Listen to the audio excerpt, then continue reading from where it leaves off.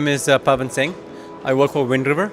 I'm the Senior Director for Industrial Solutions, where we focus on the mission-critical industries.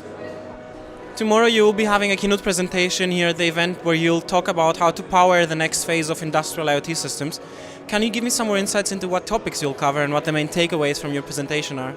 Yeah, what I'm going to talk tomorrow in the keynote is really how the next evolution of industrial Internet of Things is going to help accelerate the transformation. When we started this discussion a couple of years back, it was all about connecting the things to the cloud, and that was it.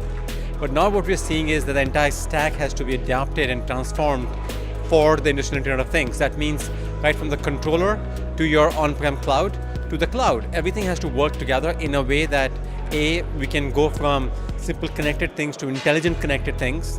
Then we can go to autonomous, software-driven things, and finally these become self-learning, self-autonomous, self-driven systems.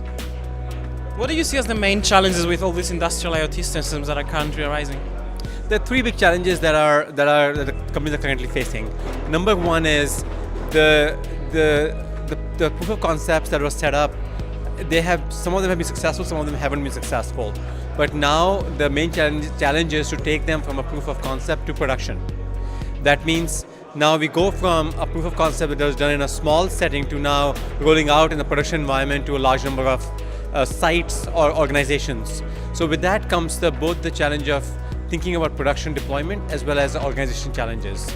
The second challenge in the next evolution of industrial Internet of Things is how are we going to deal with data? A lot of data is being generated. Historically, a lot of this data was thrown away and not utilized. There was data, but now that we can access all the data, there is a huge drive to convert the data into information. Information that can deliver better operations and can be better use of better optimization. That's harnessing the data really to drive better optimization is going to be critical. And the third piece is how do the infrastructure play out? Today's infrastructure is from the 80s, so they are very fixed, not very flexible.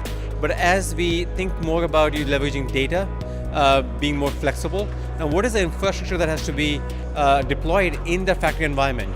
So right from your controller to being flexible, then your cloud being flexible, but then maintaining the same level of availability and reliability that is needed for OT environments.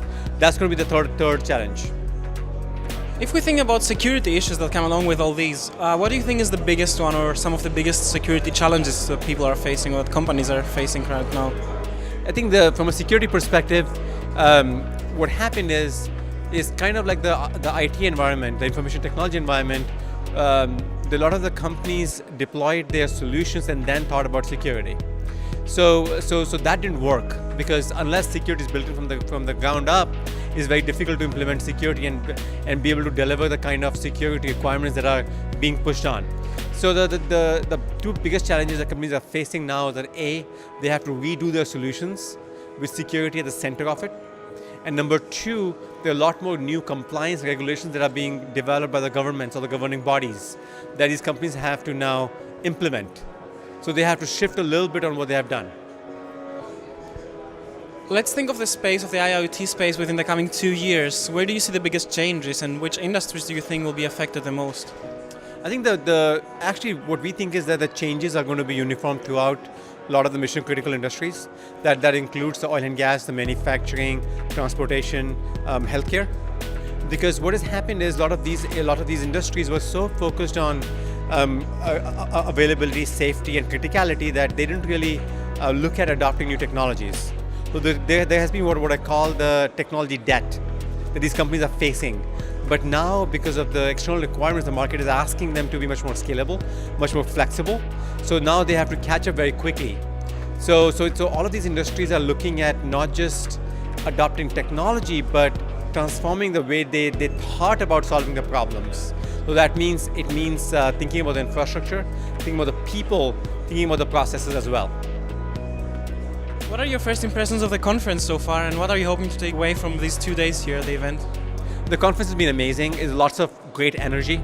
We have all the key players, we have the end users, we have the key vendors, and we have the entire value chain right here in this building.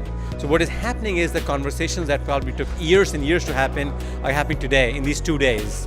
So my key tech, I'm hoping to learn a lot, and I'm hoping to convey our most disruptive ideas and get feedback on them, so that we can help transform the industry.